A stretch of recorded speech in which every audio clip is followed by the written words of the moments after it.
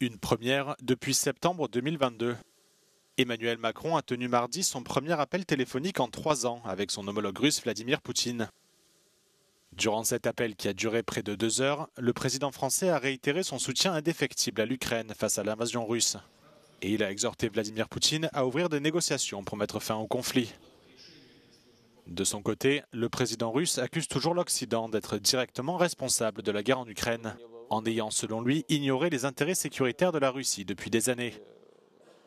Il a également déclaré que tout accord de paix entre Moscou et Kiev devrait être global et à long terme, et se fonder sur ce qu'il a qualifié de nouvelles réalités territoriales. En réponse, le président français a souligné son soutien à la souveraineté de l'Ukraine et indiqué que seul Kiev peut décider de céder ou non des territoires. Si les divergences des deux dirigeants sur l'Ukraine semblent irréconciliables, ils ont en revanche trouvé un terrain d'entente sur le Moyen-Orient, affirmant que les crises dans la région doivent être résolues par la diplomatie. Appelant à un règlement durable du dossier nucléaire iranien, les deux hommes estiment que Téhéran doit se conformer urgemment à ses obligations au regard du traité de non-prolifération nucléaire. À ce titre, Emmanuel Macron estime que les inspecteurs de l'Agence de l'énergie atomique doivent être autorisés à reprendre leurs inspections sans délai.